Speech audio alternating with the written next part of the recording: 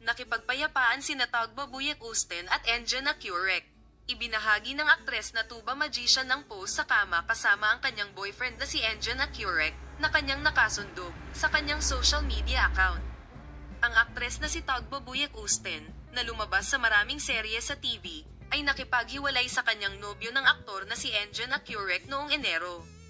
Inihayag ni Tagba Buyak-Usten na nakipag-ayos na siya kay Enjana Curek noong isang araw sa pamamagitan ng pagbabahagi ng post ng yakap na kinuha niya sa kama sa kanyang Instagram account.